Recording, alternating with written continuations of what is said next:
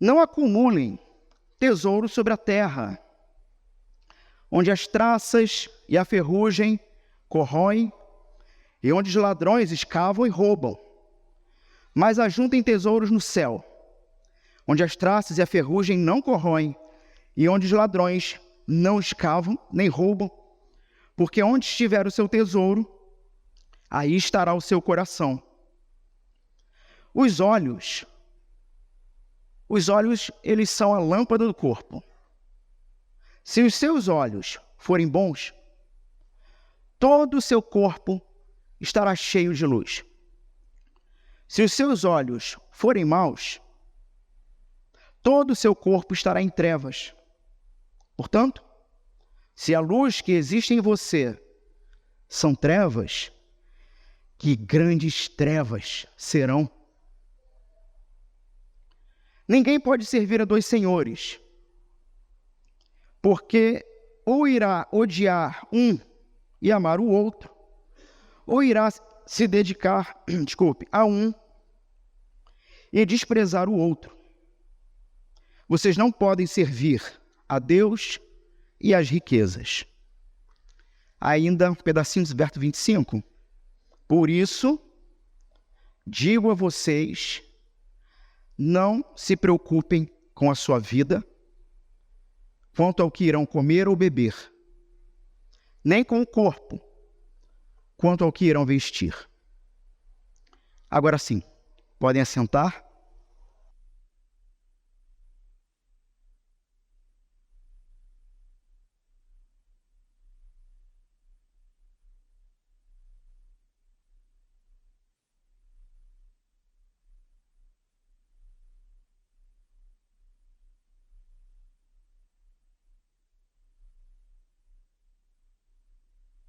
Meus irmãos, nós continuamos então olhando para o Sermão do Monte e nós temos aqui no Sermão do Monte um esboço de Jesus sobre como ele quer que o seu povo viva nesse mundo. Disso se trata o Sermão do Monte. Um esboço, uma primeira fala dele. No capítulo 6, ele vai tratar sobre o que, nesse resumo aqui, eu nomeei, sobre uma certa estrutura interna que tem relação com a fé e com a vida. Capítulo 6. Sobre o que significa ser cristão. Uma estrutura interna sobre o que significa ser cristão. Enquanto no capítulo anterior, no 5, que a gente já viu, a partir lá do verso 17, Jesus vai estar tratando sobre uma estrutura interna do que significa ser cristão. Então, no capítulo 5, do verso 17 em diante, nessa estrutura interna da fé, Jesus ele vai apresentar o espírito da lei como uma contraproposta à letra da lei. Lembra-se que ele diz assim, vocês precisam superarem muito a justiça dos fariseus. É porque Jesus estava falando do coração. E ele vai dar as práticas ali. E ele vai falar sobre questões relacionadas ao coração. Então, nesse manifesto do reino, é assim que é conhecido o Sermão do Monte, né, do capítulo 5 ao 7, um manifesto do rei que chegou. Jesus, inicialmente, deixou claro as características dos seus discípulos e começa a trabalhar até aqui no verso 17, ele começa a pontuar o fato de que o coração precisa estar completamente cativado por Cristo. O coração humano, ele precisa estar completamente envolvido nesse processo de cumprir a vontade de Deus. Se o coração não estiver envolvido de fato com Jesus e com a sua palavra, nos afazeres da vida, no cotidiano, e está aí, né? Por isso que eu falei de crise, porque tem sido um bom teste para muitos, não é? Se o seu coração de fato não está na palavra de Cristo e nos seus afazeres, a partir dessa palavra, você está vivendo uma falsa vida de discípulo. Você está vivendo e promovendo um falso cristianismo a partir de uma falsa fé. Se apresentando, então, como um falso cristão. Jesus trabalha isso no capítulo 5. No capítulo 6, agora, ele vai apresentar uma estrutura externa sobre essa mesma fé. E é óbvio que, como ele já delimitou que o ser cristão parte do pressuposto do coração, internamente, o exterior necessariamente vai precisar refletir a mesma coisa.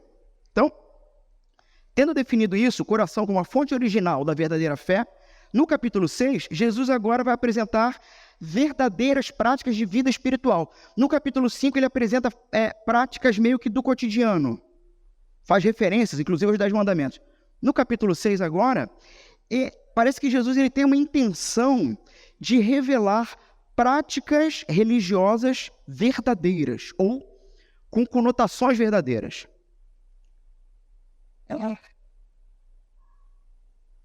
E o ponto é que se você não tiver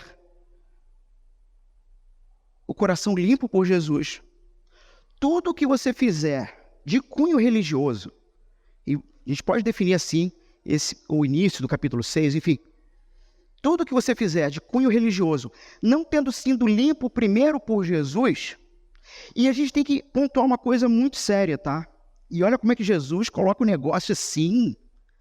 Tipo assim, ele não vai negociar.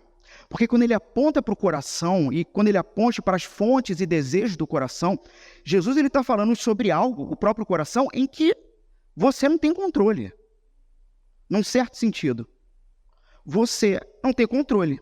Ou seja, ou você está em Jesus de fato, e toda a sua vida vai revelar isso externamente, ou você não está, porque você não consegue ter controle sobre o coração.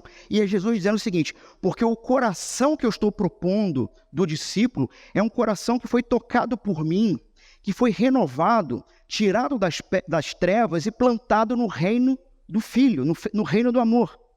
Portanto, a fé cristã não se trata de algo manipulável, embora parece que é o que a gente mais vê por aí hoje em dia, não é? Algo manipulável. Mas isso, de uma certa maneira, é bom, porque a gente percebe. O verdadeiro discípulo, calcado em Cristo e na sua palavra, ele vai desenvolvendo em Cristo e pelo Espírito um certo discernimento de quem ele deve ouvir, quem ele não deve ouvir, onde ele deve frequentar, onde ele não deve frequentar, onde ele deve cultuar a partir de um culto verdadeiro em espírito e em verdade, conforme o Senhor Jesus disse, e onde ele não deve ir por ser um culto apenas estético, fake, falso, que tem como único motivo ou arrancar o dinheiro dos seus bolsos ou escravizar suas vidas com falsas promessas. É estético, é fake, é falso. Porque quando se trata do coração, ou é ou não é. E no capítulo 6, então, Jesus ele vai deixar muito claro o que é hipocrisia. O que é esse fake, esse estético. E usando o próprio termo hipocrisia, ele vai pontuar que é uma máscara. É uma máscara. Então, quando Jesus chama os fariseus de hipócritas, não é porque eles não fazem, porque eles falam, mas não fazem. Hoje a gente pensa que hipócrita é isso, né? O sujeito que fala, mas não faz. Não. Biblicamente, hipócrita não é isso. Hipócrita é o sujeito que faz, mas no seu coração ele não queria fazer. Esse é o hipócrita. Esse é o hipócrita. É aquele que faz buscando aplausos humanos, porque de fato ele não gostaria de fazer. Então, Mateus ele vai organizar aqui a ideia com 3 temas no capítulo 6. E esses 3 temas possuem a mesma estrutura. Primeiro tema, o dar esmolas. E foi um desafio para muitos, né? Porque muitos de nós nunca pensamos que dar esmolas é uma prática de espiritualidade. E que tem que nascer do coração. Depois ele vai falar sobre orar. e depois sobre jejuar. Os 3 temas, estruturalmente, eu espero que você esteja com seu texto aberto, você pode olhar e você pode conferir.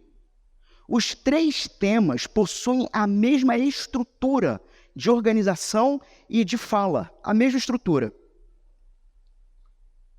E aí é interessante que a oração do Pai Nosso, ela se encontra, a oração ensinada pelo Senhor, ela se encontra bem no meio. A oração do Senhor entra quebrando essas 3 estruturas. Então você tem jejum, dar esmolas, oração. De repente entra a oração do Pai Nosso no meio, quebrando as estruturas, fecha com o jejum. E tem motivo para isso, tem razão para isso. Bom, o Pai Nosso, então, ele entra bem no meio ali, porque ele está exatamente no meio do Sermão do Monte. Parece, então, que tudo que vem antes do Sermão do Monte vem como um preparativo para o Pai Nosso. Somente os discípulos entenderão o Pai Nosso, somente os discípulos terão liberdade em Cristo para orar o Pai Nosso, por mais que não consigam cumpri-lo perfeitamente. Somente em Cristo, os discípulos terão condições de aplicar o Pai Nosso, de viver a partir das verdades eternas do Pai Nosso. E ele nos prepara para o que vem na sequência também. A oração do Pai Nosso, ela nos faz fazer uma pergunta. Qual é o desejo final de um cristão? Qual é o desejo final de um cristão? E você pode estar se perguntando, mas pastor, você não disse que a oração do Pai Nosso acabou domingo passado? Sim, acabou. Nós realmente estamos começando a refletir sobre o que vem após o texto do jejum, que fecha a estrutura anterior. Porque o que vem após vai ter relação agora com algo, ou com uma divindade antiga chamada Mamon. Ou, numa tradução livre, riqueza. Bens. Mas que dentro do contexto escrito e da época, Mamon, ele é personificado.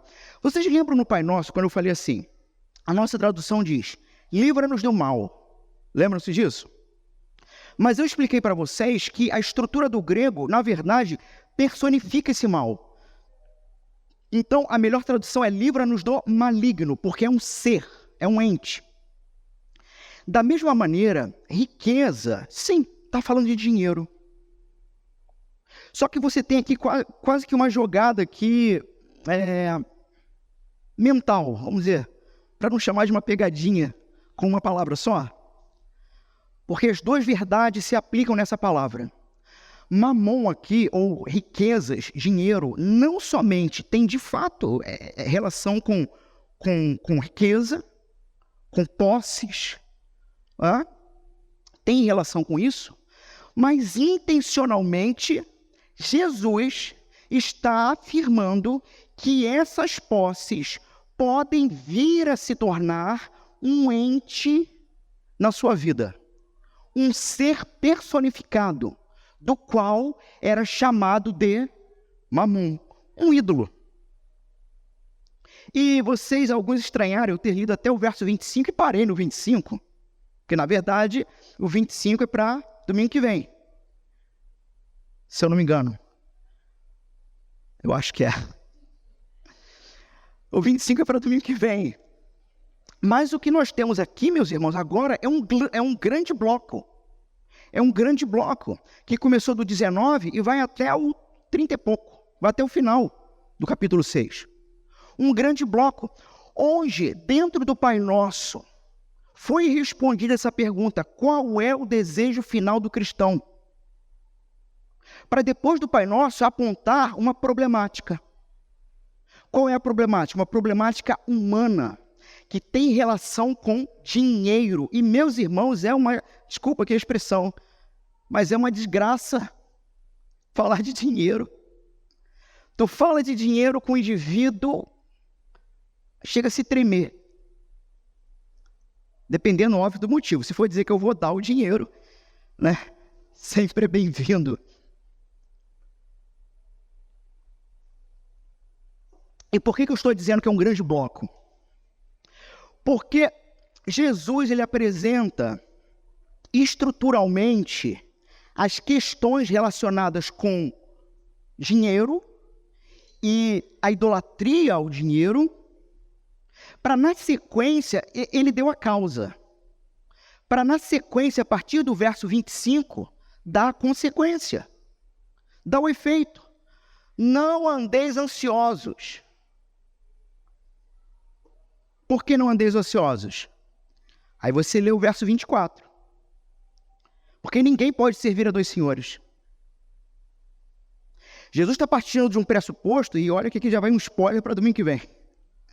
Mas Jesus está partindo então de um pressuposto de que o indivíduo que se encontra em grande ansiedade é um indivíduo que está sofrendo os efeitos e consequências da sua idolatria. É um indivíduo que está sofrendo efeitos e consequências de não descansar com o coração num Deus santo que te garante. É um indivíduo que, por exemplo, ele vai fazer uma reserva financeira. E está certo. É prudente. É bom que tenha. Até aí não há problema nenhum. O problema é quando essa reserva financeira, aos olhos desse indivíduo e ao seu próprio coração, nunca é suficiente.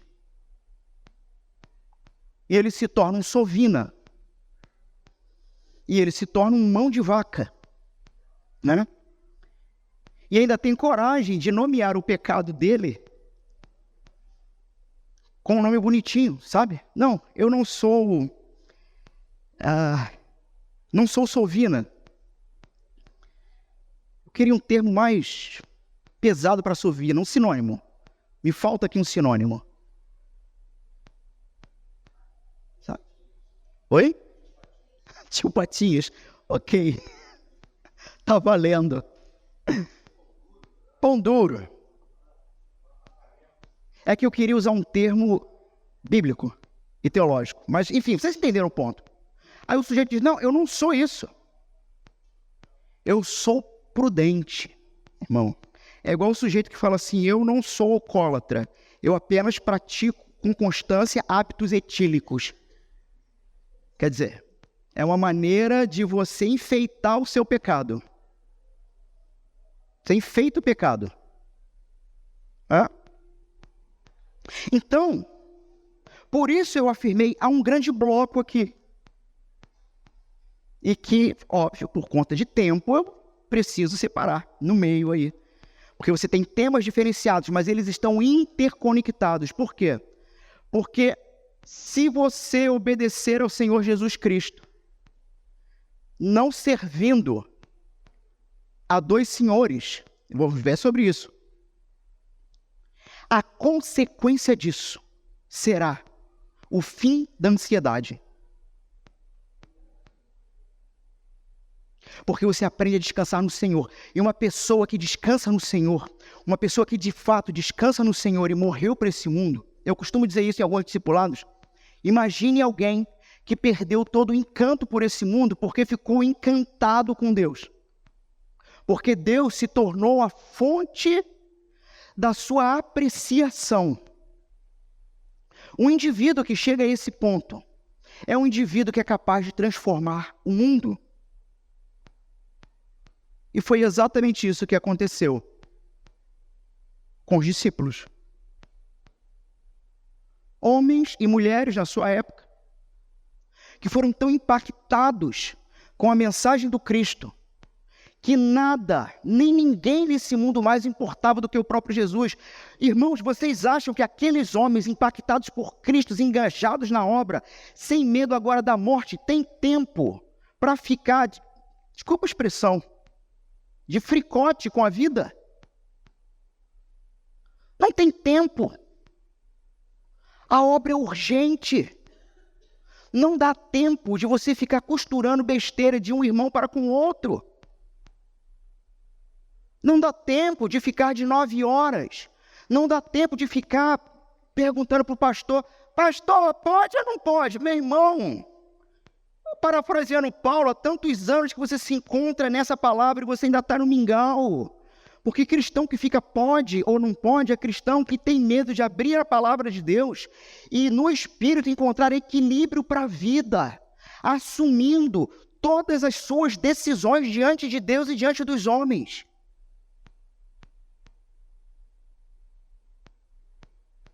Uma pessoa impactada pelo Evangelho não tem tempo para ficar ansioso, porque não tem medo de perder mais nada, porque perdeu a sua vida com o seu Cristo na cruz. A minha vida acabou, o que mais pode me atrair nesse mundo? E o que de mim mesmo eu quero preservar? Nada eu tenho. Que o meu nome morra com o meu corpo e que o dele prevaleça por toda a eternidade, porque nele estou seguro, mesmo diante de uma vida que é dura, curta e incerta. Confio toda a certeza da minha existência, não mais naquilo que eu pratico, mas no que foi feito por mim na cruz. Não estou dizendo aqui que ansiedade é algum tipo de pecado, mas pode vir a ser. Porque pode ser tão somente consequência de idolatria. E é isso que Jesus trata nessa primeira parte do sermão, do texto, do verso 19. Quando você se encontra numa situação em que você precisa agora gastar o restante da sua vida tentando prover coisas que talvez nem você goste, para agradar quem você não conhece, para que você obtenha algum tipo de status ou segurança pessoal dentro de um grupo que também nem se importa muito contigo. E como que nós caímos nisso? Quando nós conseguimos, de fato, considerar no nosso coração e perceber tentações malignas, pecados, coisas das quais nós não devemos, de fato, nos envolver. Mas temos uma dificuldade incrível de perceber o quanto dinheiro te controla. E o quanto você é movido pelo dinheiro.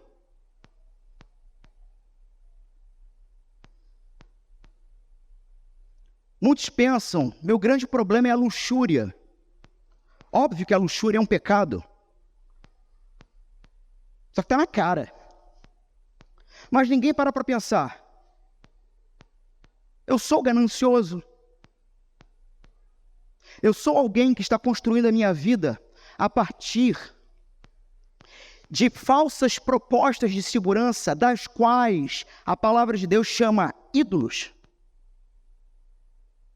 E será que é porque eu sinto que posso perder esse ídolo? Eu começo a ficar desesperado. Eu começo a ter falta de ar. Começa a me dar uma crise.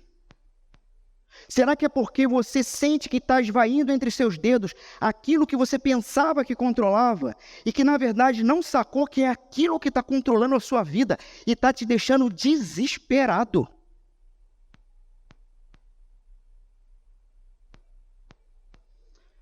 O Pai Nosso respondeu essa pergunta.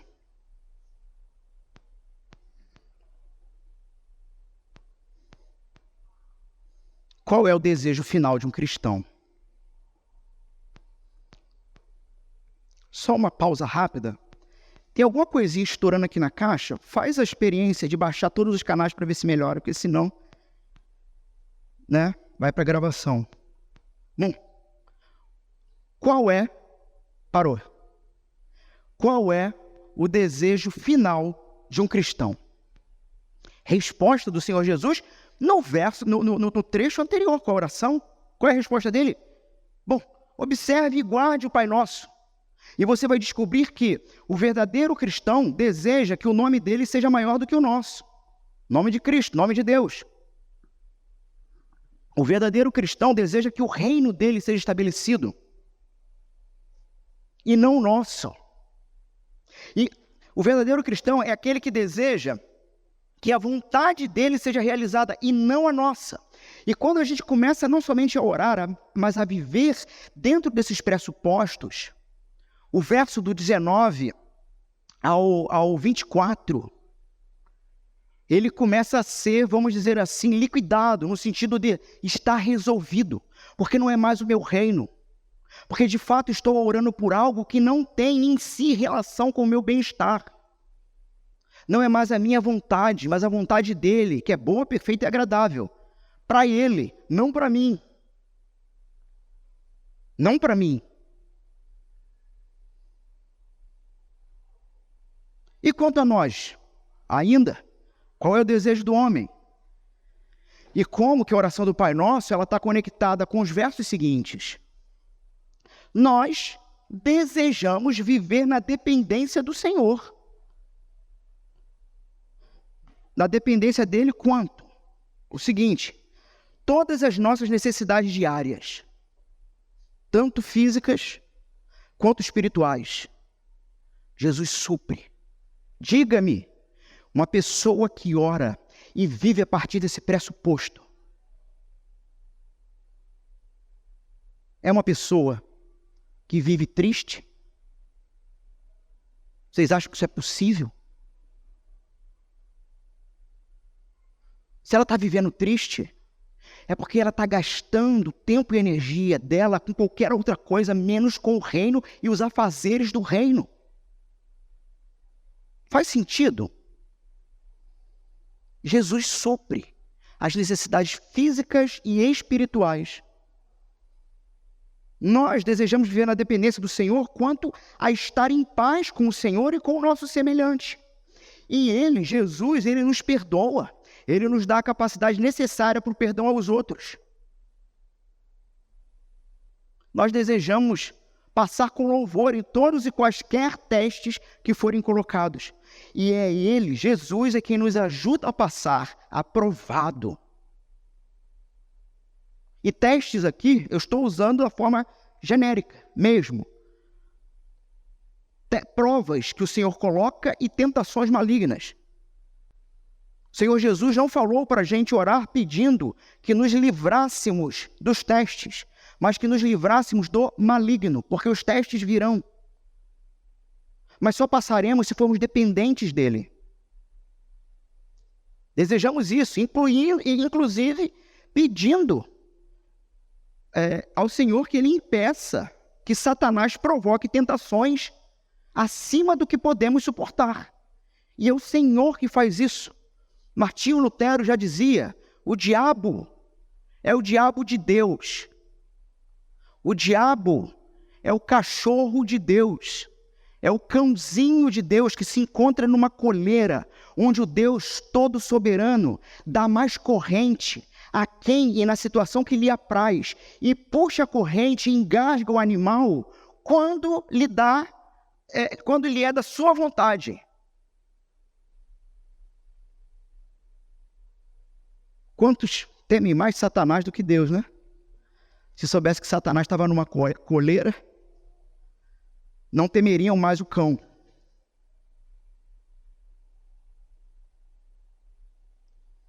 Tendo então, irmãos, definido aqui os limites do coração e os limites da ação cristã, o Senhor Jesus, ele nos preparou um terreno para nós enfrentarmos ou para entrarmos numa área espinhosa.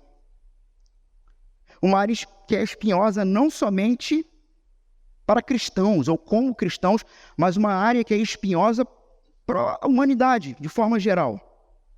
A área financeira. Dinheiro. Aquilo para o qual muitos de nós aqui, hoje, talvez todos nós, quando nós temos de forma regalada, farto, nós criamos em nosso coração e na nossa mente uma determinada segurança, que é falsa. Diga-me, como fica seu coraçãozinho quando você abre a sua conta bancária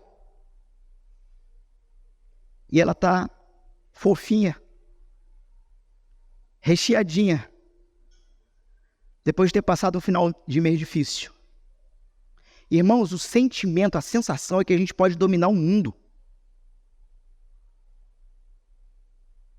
O sentimento é que tudo está às nossas mãos, sabe? Como o filho pródigo. Nos achamos os reis da noite. Como diz a canção de Gerson Borges, pensamos ser os donos da boca. Porque criamos uma falsa impressão em nós mesmos que somos poderosos. Porque a conta está fofinha. Mas, meu amigo, quando aquilo seca, bate uma deprê, bate uma sensação de, meu Deus, e agora?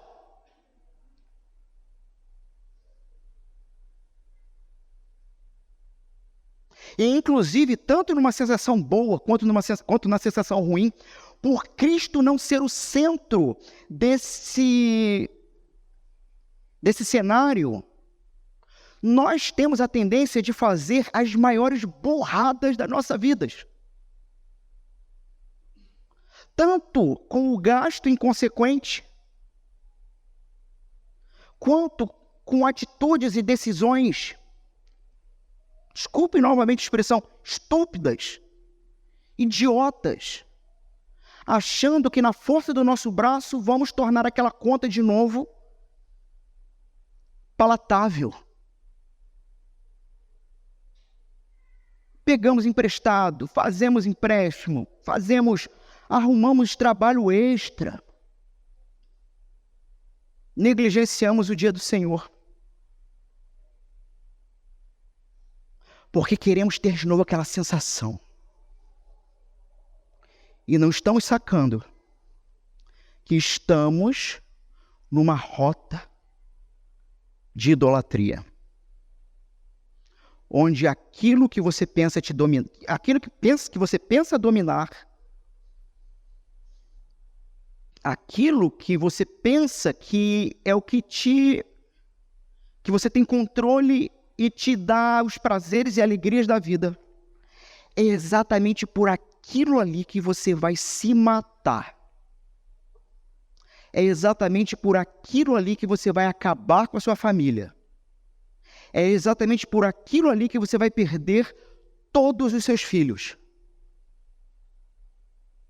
Porque você não sacou que da mesma forma que quando Deus liberta o povo do Egito e diz, os libertei da escravidão, libertar da escravidão é sinônimo de libertei dos falsos deuses, libertei dos ídolos, porque os ídolos te escravizam e irão te levar ao ponto de dentro ou a partir do altar deles você sacrificar as suas coisas até que você seja comido vivo por esse ídolo.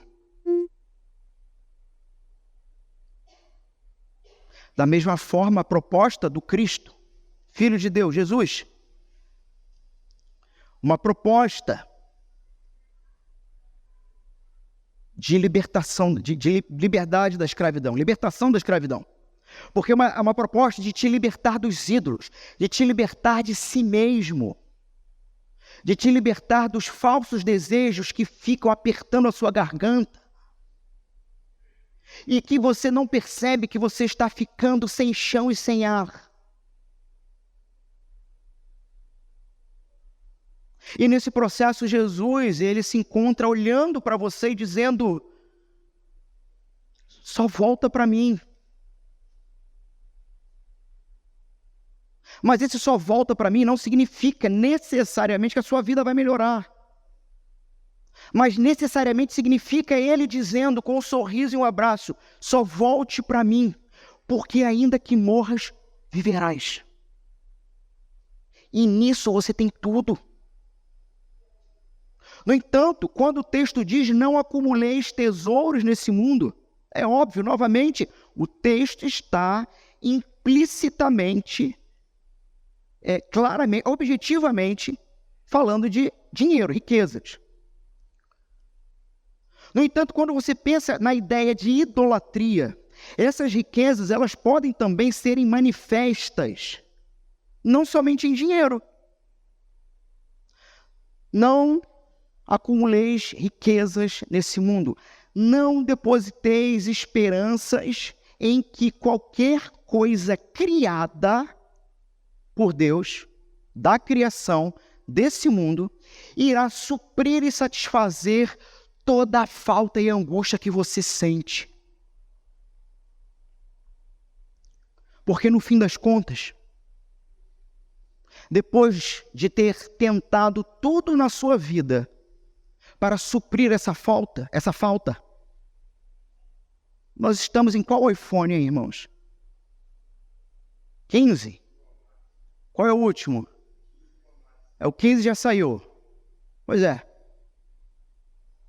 Depois de você ter gasto todas as economias para ter um iPhone 15, porque você precisava estar no hype, porque você precisava fazer parte daquela patota estúpida que não ama Jesus, mas que só valoriza quem tem. Depois de ter começado assim, e percebido que aquele telefone idiota não supriu, basta uma queda e você já tem no coração a vontade de ter outro.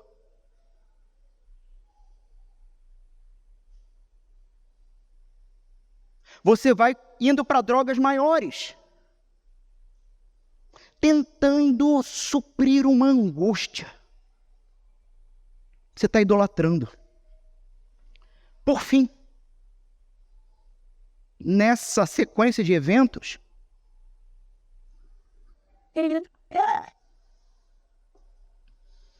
para não cometer suicídio, você se encontra com a tarja preta, o remédio. E eu vou falar um negócio para vocês. Você entra num processo falso, de falsa alegria, de falsa satisfação, e terá o desejo de o resto da vida sentir aquilo que o remédio está te dando, e nunca mais vai querer largar. Porque aquilo, sinteticamente, satisfez tua alma. E você deixou de ouvir a voz do Senhor, que vai invariavelmente dizer: vida do cristão se trata de momentos de profundo sofrimento, profunda tristeza, e que necessariamente o Senhor não vai tirar.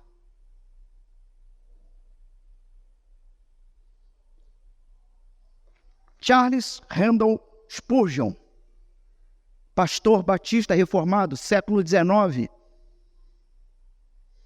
conhecido pela alcunha Príncipe dos Pregadores, sofria de profunda depressão e morreu tendo profunda depressão. Contam os historiadores de um caso em que o culto começou pela manhã e um grupo de diáconos precisou se dirigir até a casa do senhor Spurgeon, pegá-lo pelo braço, tirá-lo da sua cama, o arrumar e o levar para o púlpito. E ele prega dos seus fantásticos sermões.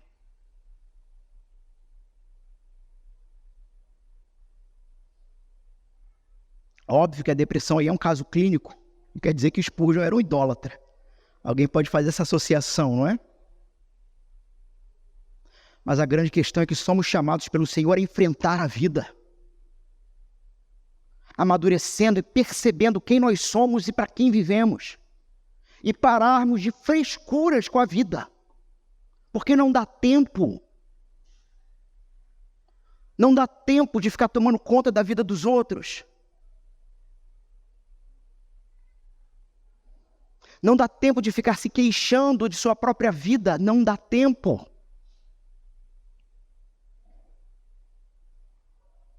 Saí completamente aqui do meu esboço.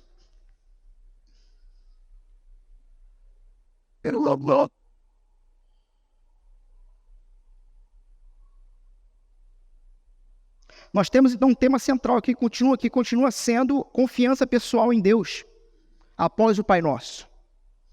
Uma confiança que vai se contrapor a uma confiança em nós mesmos, uma confiança no que nós podemos produzir nesse mundo. E variavelmente, Jesus ele vai tratar no Sermão do Monte sobre 3 temas aqui: sexo, dinheiro e poder. Jesus trata desses 3 temas em todo o Sermão do Monte. Sexo, ele vai falar de adultério, vai falar de casamento, vai falar de vida casta, vida santa. Dinheiro, que é o texto de hoje. E o poder nessa relação de uma necessidade de controle. E o que Jesus vai falar sobre cada um desses assuntos é tão contraintuitivo que você começa a perceber que, irmãos, veja, se qualquer comunidade de pessoas levasse muito a sério o que Jesus está dizendo aqui, isso essa comunidade tornaria uma sociedade humana sem igual na face da terra. Porque essa é a proposta de Jesus, uma comunidade de homens e mulheres feitos discípulos nele, que não se compara com esse mundo. Bom, temos então Jesus aqui falando sobre dinheiro e vamos notar 3 coisas aqui nos seus ensinamentos. Jesus vai nos dizer como o dinheiro pode nos cegar.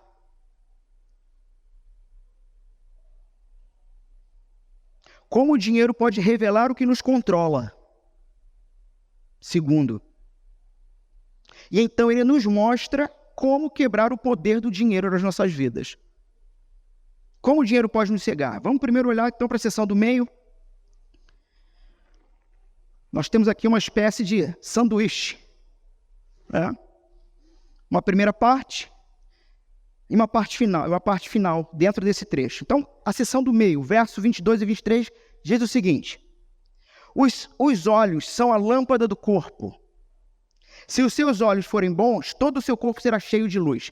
É engraçado, não é, meus irmãos? Nós temos a tendência de olhar para o Sermão do Monte, e é um texto muito conhecido, mas por causa da nossa tendência de puxar texto fora de contexto, qualquer um pegaria esse texto agora para falar dos olhos, da lâmpada, e da vida, e das trevas. É óbvio que isso está aqui, mas não é o objetivo central, a intenção do texto. Não é isso que o texto quer comunicar, ele tem algo maior, porque não é à toa o que vem antes e o que vem depois, ele está no meio. Verso 23, se porém os seus olhos forem maus, todo o seu corpo estará em trevas. Portanto, se a luz que existe em você são trevas, que grandes trevas serão. Nós temos então aqui Jesus nos dando aqui uma espécie de um retrato, uma imagem. Não é tão difícil de ver esses 2 versos, a gente consegue visualizar isso, não é? O que Jesus está querendo dizer? Se você estiver numa sala, observem essa imagem que eu vou fazer agora da imagem do verso, tá? Se você estiver numa sala, uma sala cheia de luz, você consegue andar tranquilamente todo o redor da sala, certo? Você vai poder pisar de uma forma que essa luz te ajuda a navegar, a caminhar em qualquer ambiente. Mas se você estiver completamente escuro lá dentro, num ambiente escuro, queimou todas as lâmpadas, cortina blackout, você vai tropeçar e cair. Você vai machucar a canela. Feio. Você não sabia que tinha uma mesinha de centro, de quina, de ponta.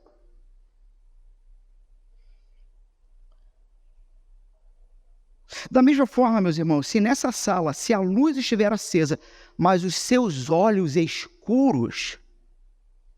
escurecidos, os olhos escurecidos irão refletir o fato de que todo o seu corpo se encontra na escuridão e você vai cair de qualquer maneira. Entenderam por que a referência dos olhos serem a luz para o corpo? Porque por mais que haja luz, se os seus olhos estão escurecidos, o seu corpo está na escuridão e vai se machucar. Vai cair. Então, o que Jesus está dizendo é que se seu olho estiver no escuro, seu corpo estará sempre na escuridão. E você diz, ok, eu entendi. Mas, de novo, o que isso tem a ver com o dinheiro?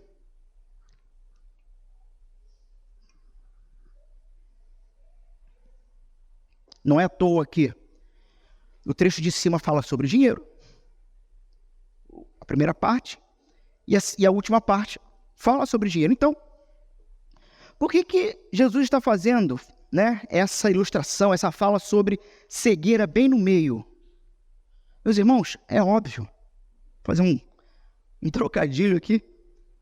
Vocês não conseguem ver? O dinheiro nos cega. O dinheiro nos cega. O dinheiro nos faz criarmos uma falsa identidade, uma falsa noção de valor pessoal pelo que apresentamos ou pelo que possuímos. O dinheiro nos faz sermos muito mais maus com as outras pessoas ao nosso redor. O dinheiro nos faz maltratar garçom. O dinheiro nos faz maltratar funcionário público. O dinheiro nos faz nos comportarmos como se fôssemos a pessoa mais importante daquele ambiente, e você não é. O problema é que você ficou cego.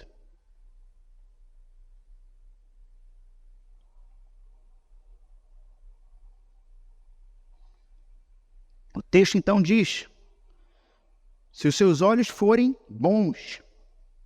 A palavra bom aqui, meus irmãos, tem um duplo significado.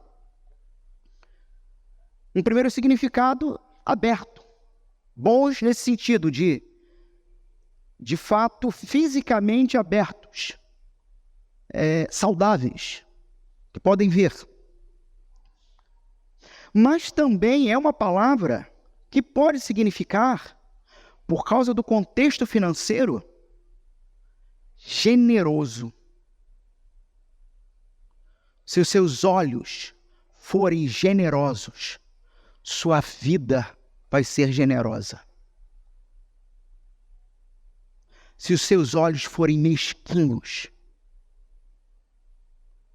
medíocres, sua vida será da mesma forma.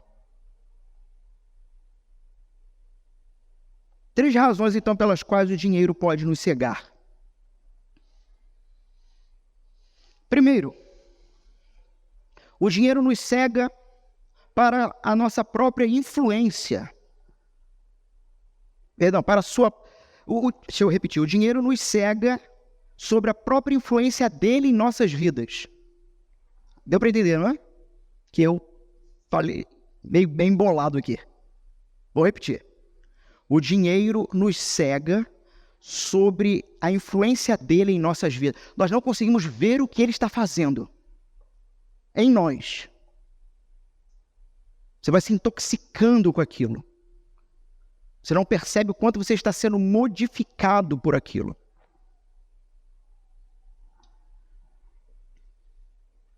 Por exemplo, nós sabemos quando estamos mentindo.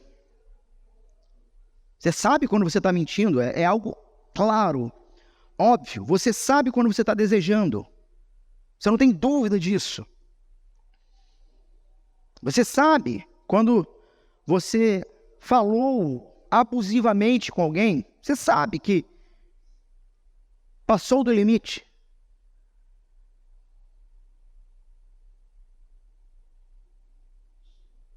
Mas enquanto que Jesus está falando sobre o uso pecaminoso do dinheiro, ou a influência pecaminosa da qual você pode estar vivendo sob ela, debaixo dela, e você não saca, você não vê.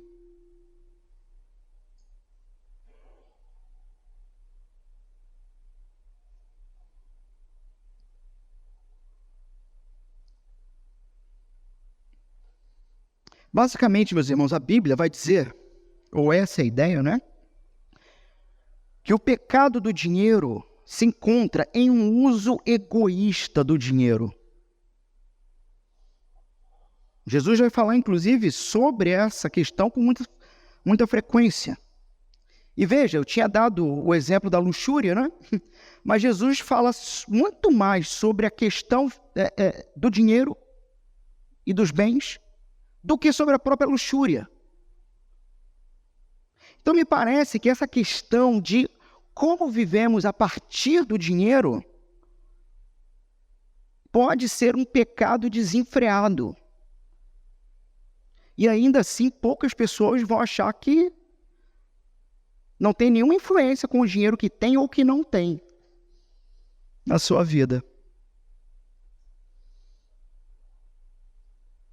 Na perspectiva de Jesus, por exemplo, você cai muito mais na ganância do que na luxúria. Muito mais. Porque, de uma certa forma, sendo você cristão e a luxúria está clara na sua frente, você tem um controle sobre aquilo para não cair. Mas, se o seu Senhor for Mamon, você não consegue controlar o seu coração quanto a ele e cai em ganância ou em desespero por causa dele. Faz sentido o que eu estou falando para vocês? Conseguem fazer as sinapses e entender?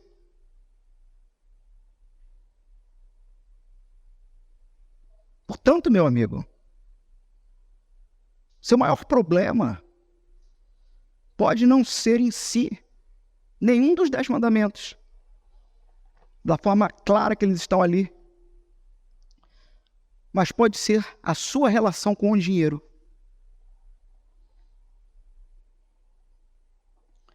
Lá em Lucas capítulo 12, do verso 13 em diante, Jesus vai dizer o seguinte: cuidado, olha como isso é sério. Lucas capítulo 12, do 13 em diante, um resumo, Jesus vai estar dizendo, cuidado, estejam atentos a todas as formas de ganância, cuidado com a ganância.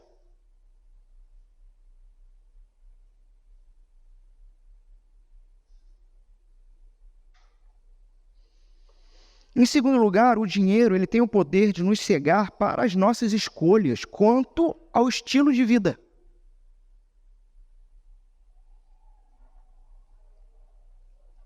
Meus irmãos, olhem para onde nós vivemos, para a sociedade que nós vivemos. Uma sociedade da qual nós somos bombardeados com gatilhos dos mais variados em relação a um estilo de vida desejável.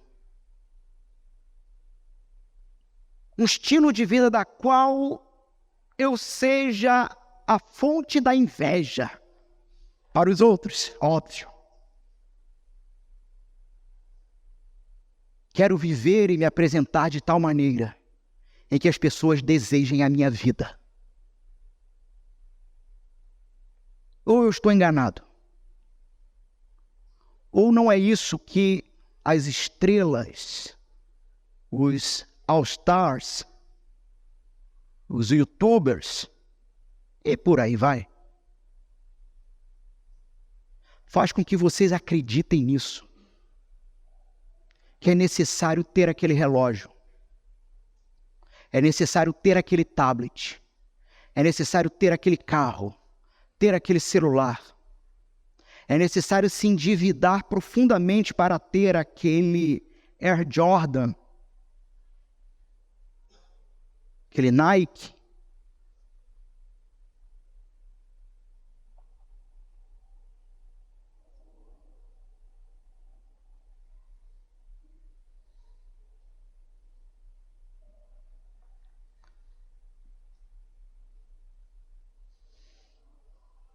Cada produto que nós temos, meus irmãos, nós podemos obter sempre um melhor do que o outro. Você já percebeu isso?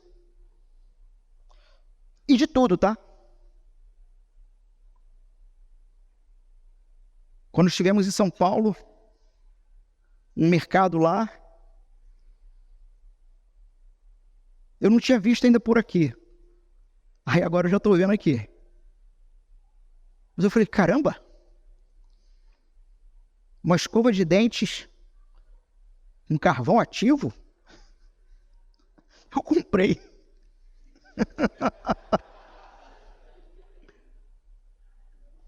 Que mentira aquilo lá. Frescurada. Sabe? Nós temos de escovas de dentes, pastas de dentes, eletrônicos, móveis, roupas, acessórios, tecnologia e entretenimento. Nós podemos simplesmente olhar para essa miríade de ofertas e gastar. E sempre em busca de um pouco mais por uma qualidade superior. Não há um produto, há sempre 50 versões de um produto. E você sabe exatamente o tipo que você pode pagar. Sem perceber, você pode estar em uma vida escravizada por todas essas... Que nome dar a isso? Essas propostas de falsa realização pessoal.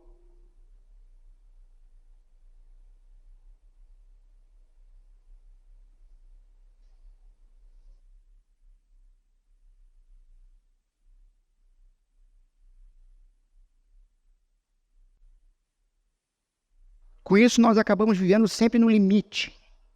O limite da sua renda. Porque no fim você nunca sente que é o suficiente. E você não percebeu o que está acontecendo. De repente você começa a ganhar um pouco mais. E você automaticamente estará, no momento seguinte, vivendo um pouco melhor. E você nem percebe o que você está fazendo. Você está no limite e você não sente. Por quê? Porque você está cego.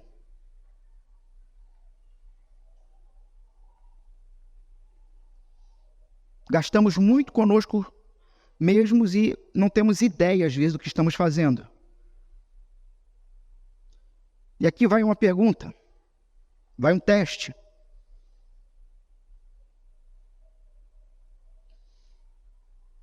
Você consegue fazer esse tipo de pergunta com regularidade? E tem algum amigo a quem você está disposto a fazer essa pergunta sobre você? Sempre questionamos o que os outros compram, deixam de comprar, gastam ou o que deixam de gastar. Mas você está pronto a perguntar para outros sobre você? Qual é a opinião bíblica e cristã sobre você e sobre como você tem se apresentado na comunidade cristã? Teste difícil.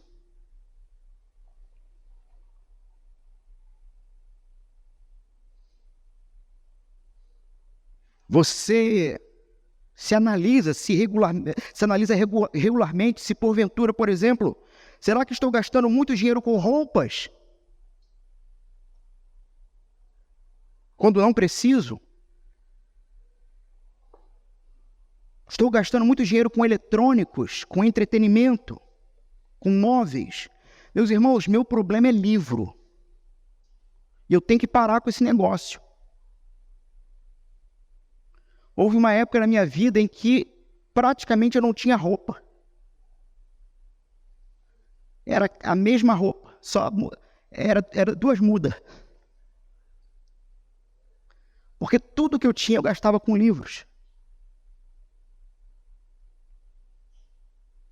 Porque de alguma forma, na minha mente, eu achava que o conhecimento e a intelectualidade seriam algo que me dariam valor,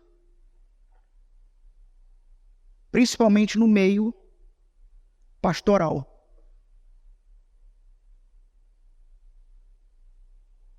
Se vocês acham que eu gasto muito, vocês não me conheceram há 15 anos atrás.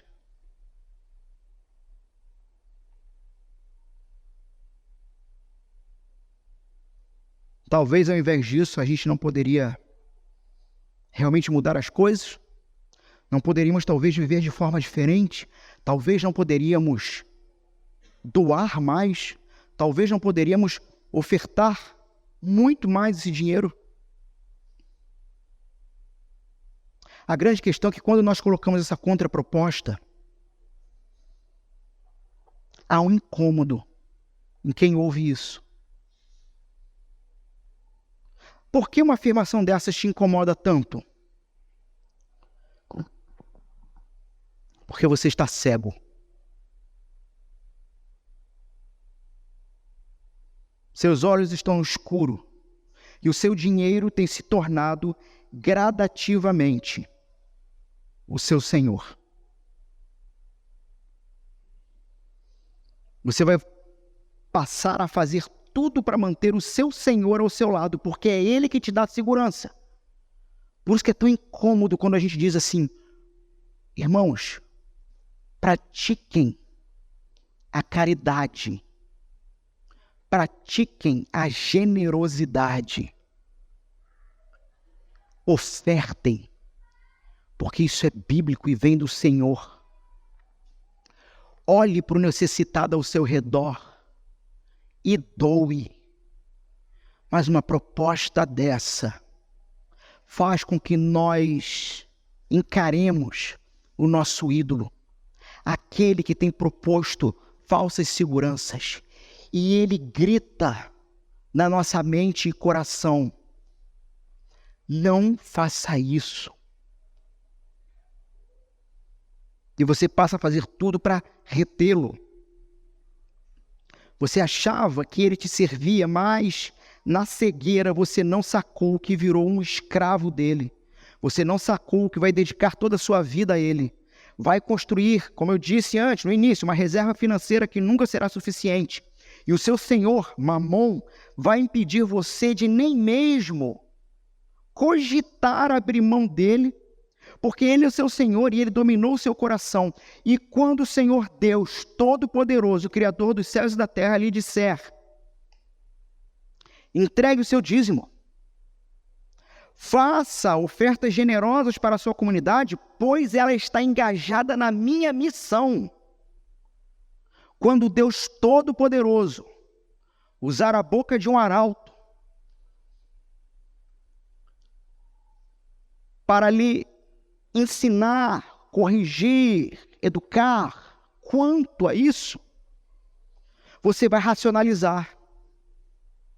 Mamon, o senhor do seu coração, lhe ensinará todos os argumentos lógicos e suficientes para você não abrir mão dele.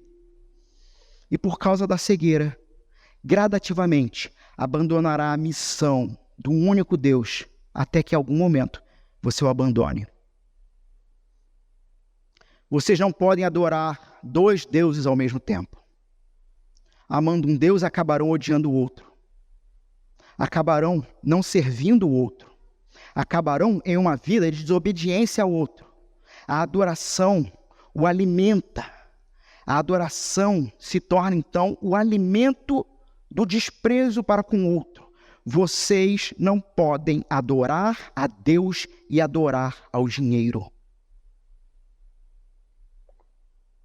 O lugar em que vocês mais desejam estar é perto do seu tesouro, e é lá que acabarão indo parar, pois o seu coração não encontrará paz e descanso em outro lugar.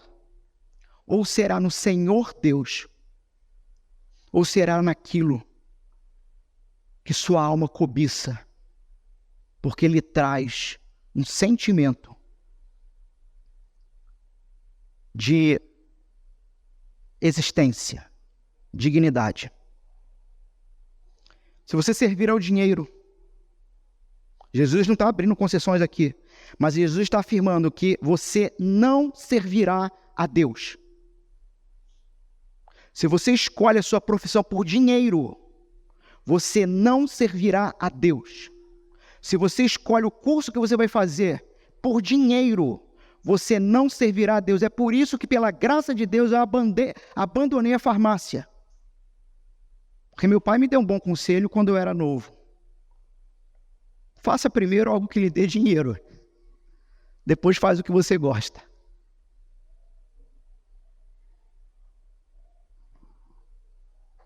E eu sou um péssimo farmacêutico. Porque era só dinheiro.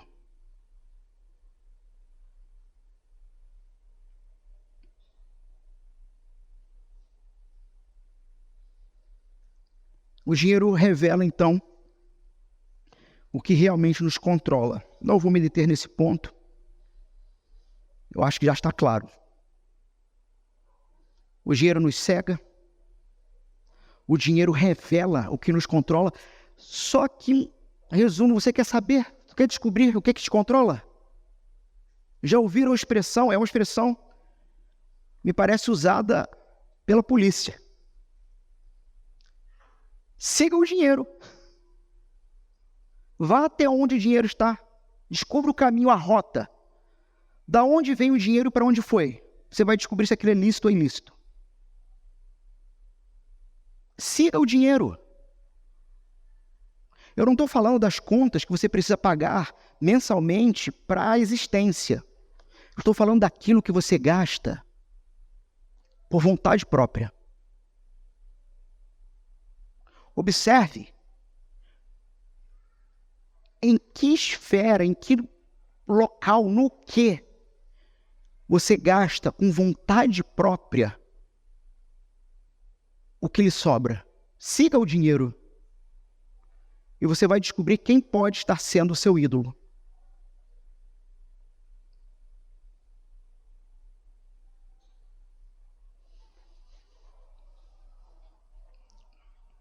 Como nós quebramos o poder do dinheiro. E eu encerro aqui.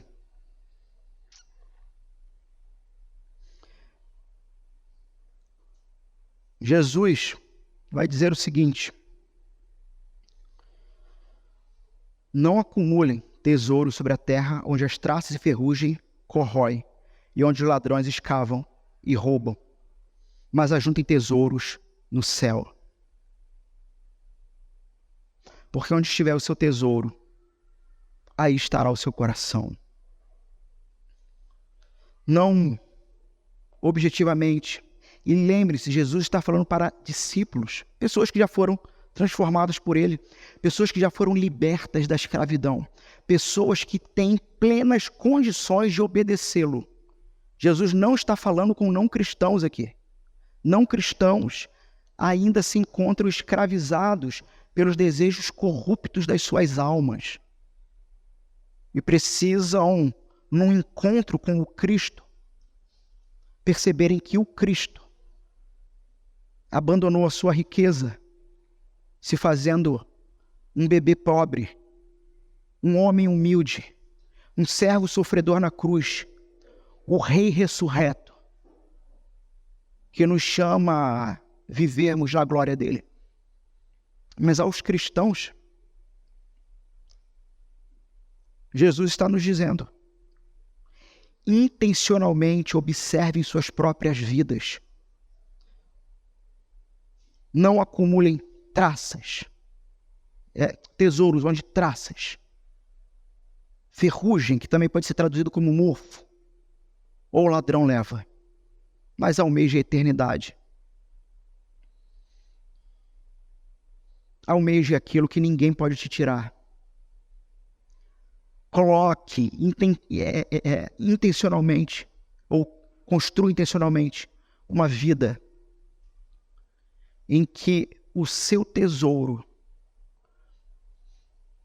é o Senhor, a sua palavra e a comunidade dele. O pastor está sendo radical, dizendo que temos que viver agora em prol da comunidade de Cristo. Então Jesus é radical, porque é ele quem está dizendo isso, não sou eu. Porque onde está o seu tesouro, estará o seu coração. Se você ama o corpo de Cristo, a igreja do Senhor Jesus, porque o ama, ali você terá prazer e alegria. Óbvio, percebendo ser uma igreja séria. Né? Mas se o seu tesouro se encontra ainda preso às coisas deste mundo, seu coração se encontrará lá. E Jesus está te afirmando: você está cego. Vamos fechar nossos olhos, nos preparando para a mesa do Senhor, a ceia do Senhor.